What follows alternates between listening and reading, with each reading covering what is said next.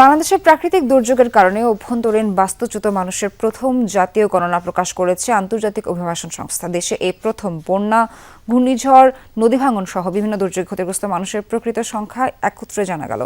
গণনা অনুযায়ী বর্তমানে ৪৯,৫৫,৫২৭ জন মানুষ দেশের ভেতরে বাস্তুচ্যুত অবস্থায় আছেন। সেপ্টেম্বর-অক্টোবর ২০২৫-এ সংগৃহীত তথ্যের ভিত্তিতে ২৯,০০০-এর বেশি তথ্যদাতার সাক্ষাৎকার নেওয়া হয়।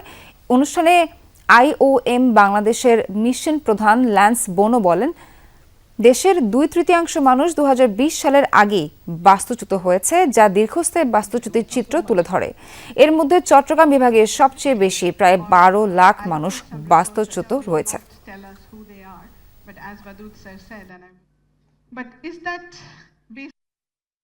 IOM will do those things.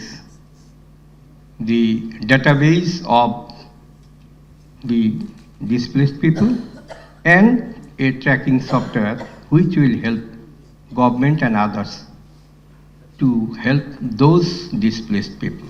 SID and Bangladesh Bureau of Statistics are committed to building a stronger national data ecosystem that integrates population mobility, disaster